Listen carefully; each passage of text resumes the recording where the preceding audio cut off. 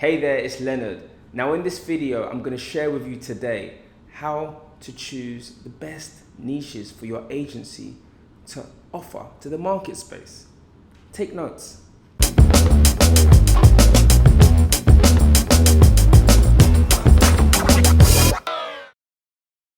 So, when it comes down to literally picking a niche for your agency, the very important thing to understand about an agency is you shouldn't be trying to set up your own agency by delivering a number of different niches, because the reality is that if you're the jack of all trades, you'll be the master of none.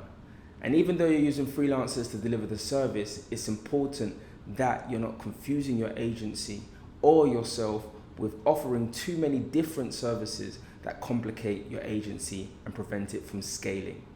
So, in this video, I'm going to share with you 3 fundamentals to choosing the best niche for your agency. So, rule number 1 is making sure that your niche meets your personal interests. Now, what I mean by this is that you don't want to be representing any form of an industry or a niche that you're just not interested in.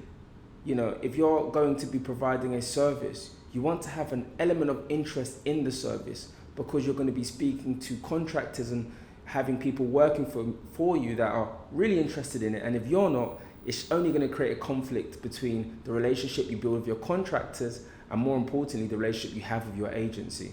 So it's important to find things that you're personally interested in.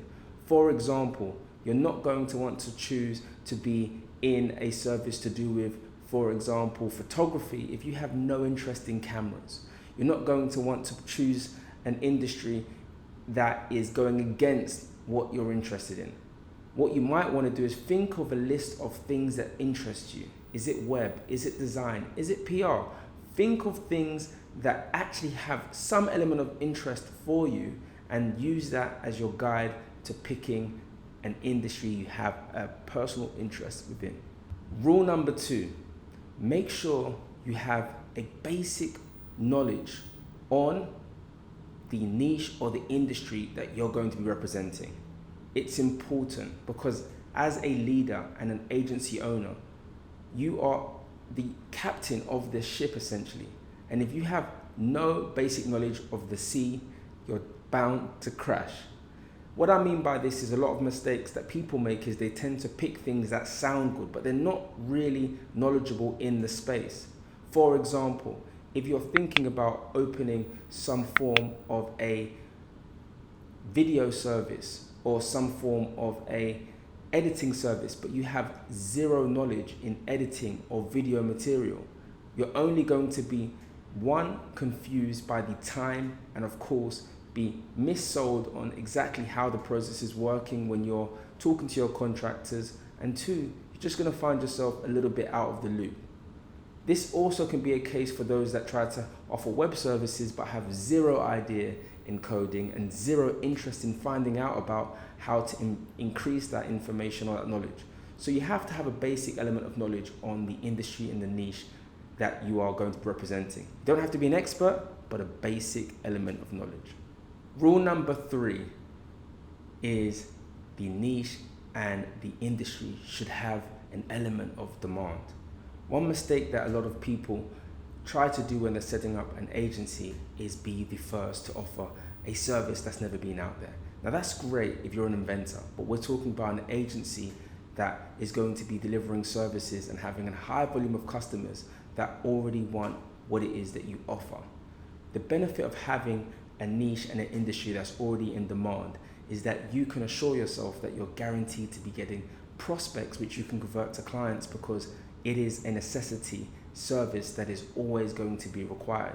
However, when you go into small niches that are not really, needed, for example, hypnotizing pets, or going into, bespoke services that people aren't really 100% standing behind, I think you put yourself in a bit of a pickle, because you could end up in a situation where you get clients seasonally or just find it hard to close prospects and make them clients.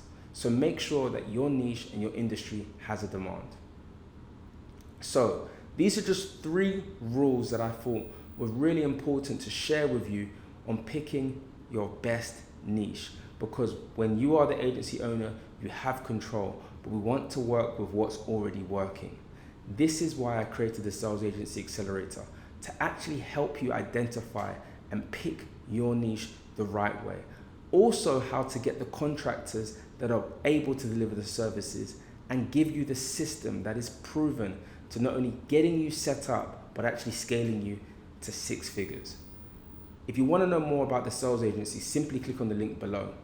But outside of that, if you're new to the channel, congratulations, and please make sure you subscribe and stay connected, and let me know what you think of this video in the comments below. Listen, it's always great sharing value with you. I'm Leonard Sekyonda, and I look forward to seeing you soon. Catch you on the other side. Bye now.